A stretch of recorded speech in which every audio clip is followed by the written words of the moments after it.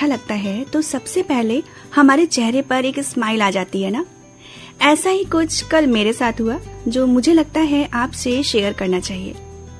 हुआ यूं कि कल जब मैं मार्केट जा रही थी किसी काम से, तो मेरी नजर एक रिक्शे वाले पर पड़ी।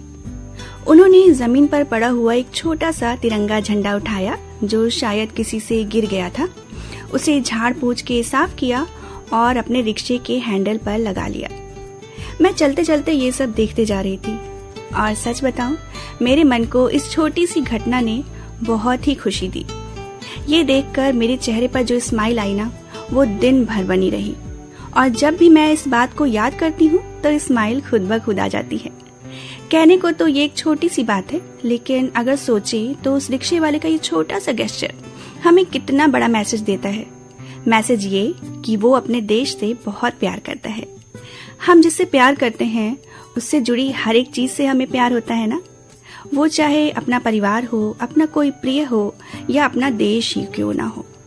देशभक्ति दिखाने के लिए सिर्फ 15 अगस्त या 26 जनवरी ही क्यों, हर दिन क्यों नहीं। और देशभक्ति का मतलब ये नहीं कि हम बॉर्डर पर ही जाके देशभक्ति दिखा सकते हैं। हम यहाँ देश में रह के अपने शहर की, अपने आसपास की सेवा करके भी देशभक्ति दिखा सकते हैं। जब हम अपने आसपास साफ सफाई रखते हैं ना, वो भी देशभक्ति है। जब हम एक गरीब की, जरूरतमंद की मदद करते हैं, वो भी देशभक्ति है। एक्सीडेंट में घायल हुए इंसान को हॉस्पिटल पहुंचाने की कोशिश करते हैं, गंगा माँ में गंदगी फैलने से रोकते हैं, इधर उधर थूक कर सड़क और दीवारों को गंदा करने की आदत को बदलते हैं, तो ये सभी काम हमें एक देशभक्त बनाते हैं। देश से प्यार करने के लिए हमें किसी खास दिन का इंतजार क्यों, हर दिन अपने देश से प्यार करें। आने वाली पीढ़ी को देने के लिए इससे अच्छा गिफ्ट और क्या हो सकता है कि उनके सामने हमारा साफ सुथरा, सुंदर, आदर्श देश हो। तब वे ऐसे ही झूमेंगे जैसे इस सॉन्ग में सभी झूम रहे हैं। आइए आप भी थोड़ा सा झूम लीजिए। तो 26 जनवरी के लिए जो तिरंगा हमने या हमारे बच्चों ने लिया था ना, उसे यूं ही ना छोड़कर संभाल कर रख लीजिएगा। ये भी अपने देश को सम्मान देने का एक तरीका ही है। आइए चलते हैं नेक्स्ट सेगमेंट में और जानते हैं शहर बनारस का हालचाल। वाराणसी G20 समिट में आने वाले मेहमानों का स्वागत करने के लिए तैयार है। सम्मेलन में आने वाले मेहमानों का स्वागत बनारस की गुलाबी मीनाकारी से किया जाएगा। जी हाँ, बनारस भारत में होने वाले G20 समिट की तैयारियां जारी हैं और अप्रैल से अगस्त के महीने तक प्रस्तावित इस बैठक में G20 देशों के मेहमान शामिल होंगे। इन मेहमानों का स्वागत बनारस के गुलाबी मीनाकारी से किया जाएगा ताकि विदेशी मेहमानों को यहाँ की हस्तकला और संस्कृति से रूबरू कराया जा सके। इस सम्मेलन के लिए लखनऊ के ODOP ऑफिस से बनारस के गुलाबी मीनाकारी हस्तशिल्पियों के पास ऑर्डर भी आ गए हैं और हस्तशिल्पी इसे तैयार करने में दिन रात जुटे हुए हैं। जब से PM मोदी जी ने और CM योगी जी ने काशी के 400 साल पुराने इस कलाकारी की ब्रांडिंग की है ना, तब से इससे जुड़े कारीगरों के पास ऑर्डर की भरमार है। जून 2022 में G7 की बैठक के दौरान प्रधानमंत्री मोदी जी ने गुलाबी मीनाकारी के इसी कफलिंग सेट और ब्रोच को अमेरिकी राष्ट्रपति जो बाइडेन और उनकी पत्नी को भेंट किया था। तब भी बनारस की इस कलाकारी की चर्चा पूरी दुनिया में शुरू हो गई थी और फिर इससे जुड़े कारीगरों के पास ऑर्डर की भरमार लग गई। वाराणसी के गायघाट निवासी नेशनल अवार्डी रमेश कुमार विश्वकर्मा का पूरा परिवार दिन रात इस काम में जुटा है। उन्हें लखनऊ के ODOP ऑफिस से फोन के जरिए गुलाबी मीनाकारी के कफलिंग के 2000 सेट के ऑर्डर आए थे, जिन्हें जनवरी महीने के अंत तक डिलीवरी भी करने हैं। दिल्ली में परीक्षा पर चर्चा कार्यक्रम में काशी के बच्चों का हुनर छाया रहा। प्रदर्शनी में केंद्रीय विद्यालय BHU के छात्र छात्राओं ने छाते और मास्क पर भाव घेरे थे। प्रदर्शनी का अवलोकन कर PM ने केंद्रीय विद्यालय संगठन वाराणसी संभाग का प्रतिनिधित्व करने वाली छात्रा खुशी से बातचीत की। इस दौरान उन्होंने खुशी द्वारा काशी तमिल संगमम पर आधारित चित्रकारी की सराहना की। प्रदर्शनी के दौरान केंद्रीय विद्यालय BHU के कला शिक्षक कौशलेश के निर्देशन में 20 विद्यार्थियों द्वारा तैयार 16 छाता और 6 मास्क पेंटिंग का प्रदर्शन किया गया। काशी हिंदू विश्वविद्यालय के दृश्य एवं मंच कला संकाय की 8 छात्राओं ने नई दिल्ली में 26 जनवरी की परेड में वाराणसी का प्रतिनिधित्व किया। एक माह पूर्व संस्कृति और रक्षा मंत्रालय की ओर से नई दिल्ली में वंदे भारतम प्रतियोगिता कराई गई थी। जिला, राज्य और राष्ट्रीय स्तर पर प्रतियोगियों का चयन परेड के लिए किया गया था। प्रधानमंत्री नरेंद्र मोदी ने शुक्रवार को परीक्षा पर चर्चा कर बोर्ड परीक्षाओं में हिस्सा लेने वाले विद्यार्थियों का हौसला बढ़ाया। सभी स्कूलों में पीएम के कार्यक्रम का लाइव प्रसारण किया गया। संत रविदास की जन्मस्थली वाराणसी के सीर गोवर्धनपुर में लंगर हॉल के सामने की जमीन पर संग्रहालय निर्माण के लिए प्रस्ताव तैयार करके शासन को भेज दिया गया है। संग्रहालय संत रविदास की विरासत, जीवन, शिक्षा और रचनाओं से श्रद्धालुओं को रूबरू कराएगा। सीएम योगी आदित्यनाथ की पहल पर संग्रहालय के लिए जमीन चिन्हित कर ली गई है।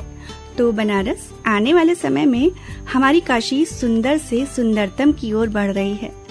साल दर साल नव्य भव्य काशी और भी सुंदर होती जा रही है ना? आइए चलते हैं नेक्स्ट सेगमेंट में और जानते हैं इतिहास में आज का दिन क्यों है खास। सन 1835 में पश्चिम बंगाल में कलकत्ता मेडिकल कॉलेज की शुरुआत हुई थी आज के दिन। सन 1887 में फ्रांस की राजधानी पेरिस में एफिल टावर का काम शुरू हुआ। 1932 में जापानी सेना ने शंघाई पर कब्जा किया। 1933 में चौधरी रहमत अली खान ने मुस्लिम लीग की मांग के तहत बनने वाले अलग देश के लिए पाकिस्तान नाम सुझाया था। 1943 में एडोल्फ हिटलर ने जर्मनी के सभी युवकों को फौज में जबरन भर्ती का आदेश दिया था। 1950 में न्यायाधीश हीरालाल कानिया ने उच्चतम न्यायालय के मुख्य न्यायाधीश का पद संभाला था आज के दिन। 1999 में आज के दिन भारत में पहली बार संरक्षित भ्रूण मेमने का जन्म हुआ था। सन 2000 में अंडर 19 का युवा वर्ल्ड कप क्रिकेट के फाइनल में भारत ने श्रीलंका को हराया था। ये था आज का यानी 28 जनवरी का इतिहास। आज के दिन जन्मी हस्तियों की बात कर लेते हैं। 1865 में लाला लाजपत राय, जो महान स्वतंत्रता सेनानी थे, इनका जन्म हुआ था। भारत की प्रसिद्ध महिला क्रिकेटर शिफाली वर्मा 2004 में जन्मी थी।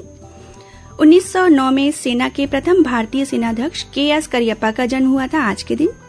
1937 में पार्श्व गायिका सुमन कल्याणपुर का जन्म हुआ था। भारतीय परमाणु वैज्ञानिक राजा रमन्ना का जन्म 1925 में हुआ था।